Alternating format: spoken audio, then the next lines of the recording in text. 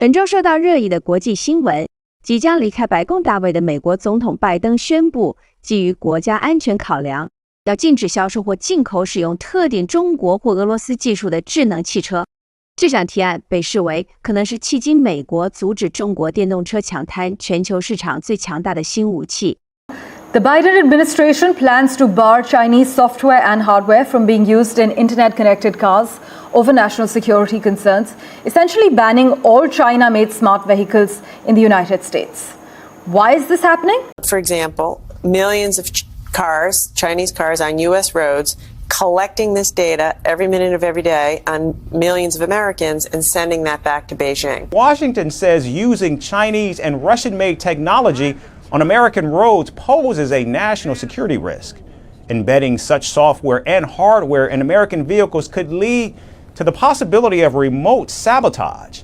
This comes as the Bureau of Industry and Security released a notice on the proposed rule due to what it said were concerns that cars with cameras, sensors, software, and other components made in China could be used to collect sensitive data on drivers, passengers, and U.S. infrastructure.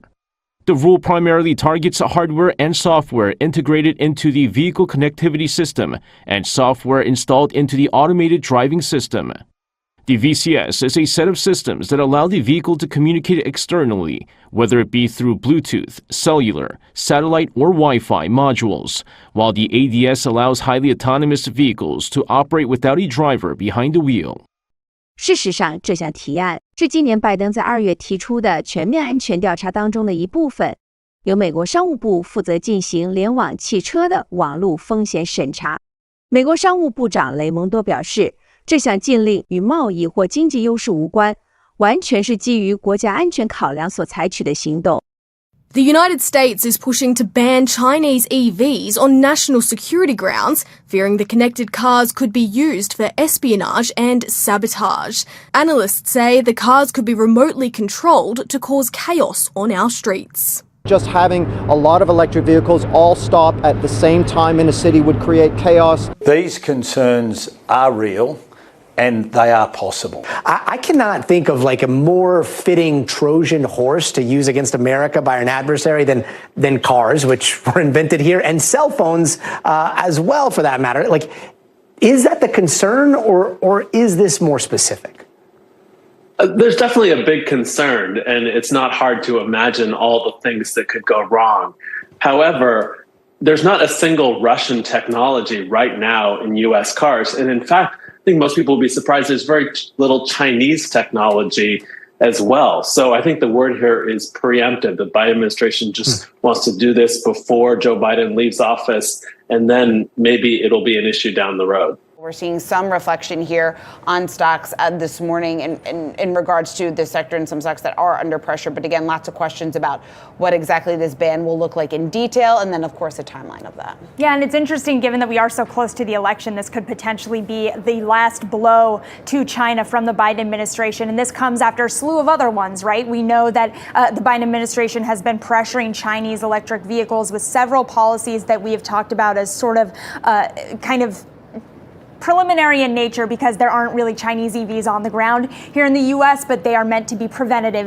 根据报道，白宫国家安全顾问沙利文曾在一份简报中表示，有证据显示中国在美国关键基础设施中预先部署了恶意软体。当然，中国政府已经否认这项指控，但这项禁令真的只是两国之间的小马本吗？ You know, the thing is that China will be what China is. It's a communist state.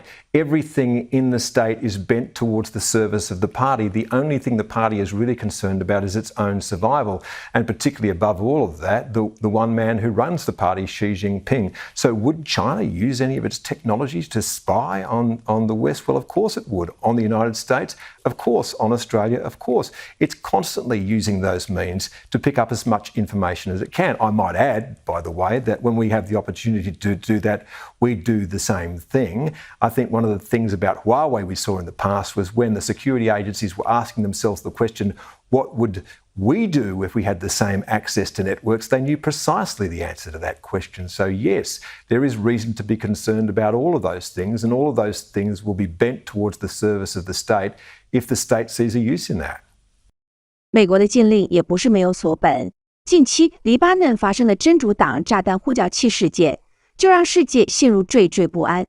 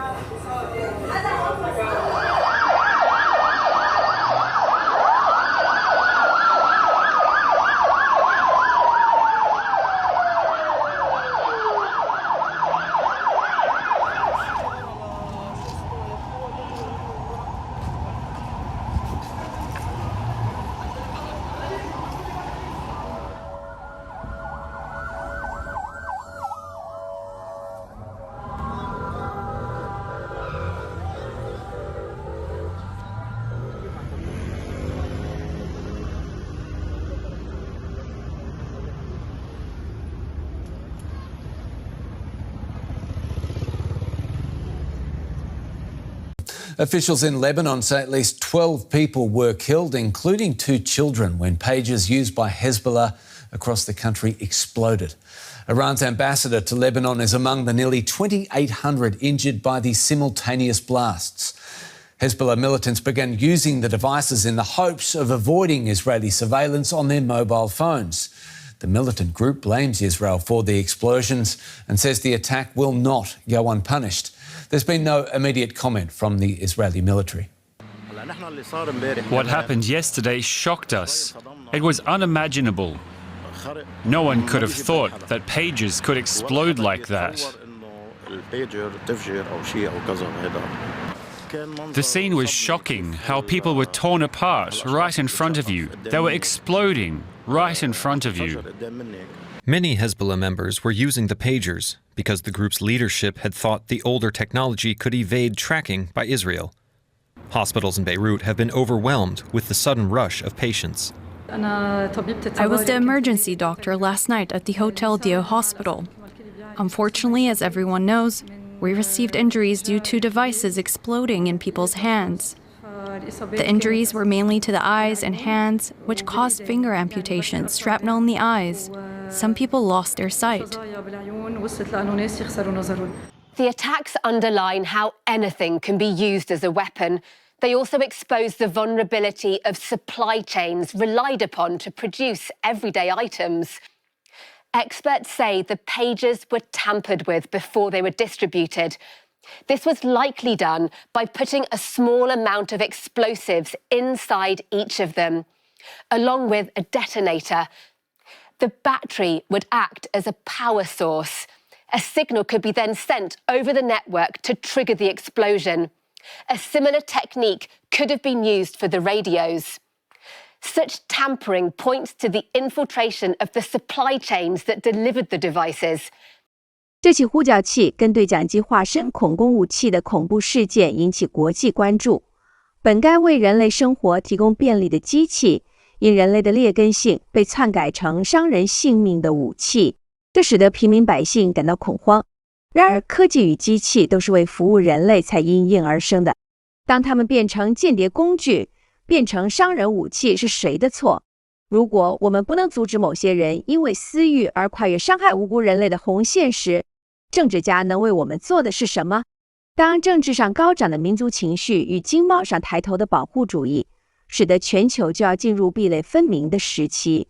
如果连服务人类的科技也必须看国籍、选边站，我们所处的世界会不会进入一波无法想象的进步迟缓期？ But as Biden administration did earlier this year, they put 100% tariffs on Chinese cars coming to the U.S. The thing is, there's no Chinese cars really available in the U.S. You see them now in Europe.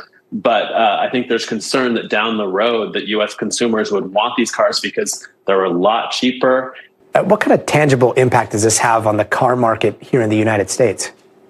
Not a lot right now. The association that represents U.S. car manufacturers is in favor of this. They wanted to make sure there's enough time, and they feel there is, since the hardware component doesn't go into effect until 2030. So it really won't have much of an impact right now.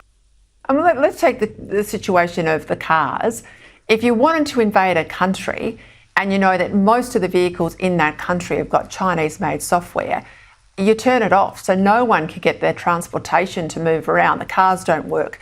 The military vehicles don't work. Everything's shut down. The way in which technology is so embedded in our life, Chris, and the fact that so much of it's coming out of China, this is a real concern. I just don't know that we're waking up enough to it and taking steps to have non-Chinese alternatives in our manufacturing supply chain. And here's the problem, Peter. We've simply ceased to make things. We outsourced everything to China. It became the manufacturer of the world. It's now developed skill sets that we no longer have. And we are utterly and completely compromised. And I don't know how we wash this out of the system now. I think that's the real issue. And even if we wanted to, we couldn't make the things that we need because we've essentially deindustrialised.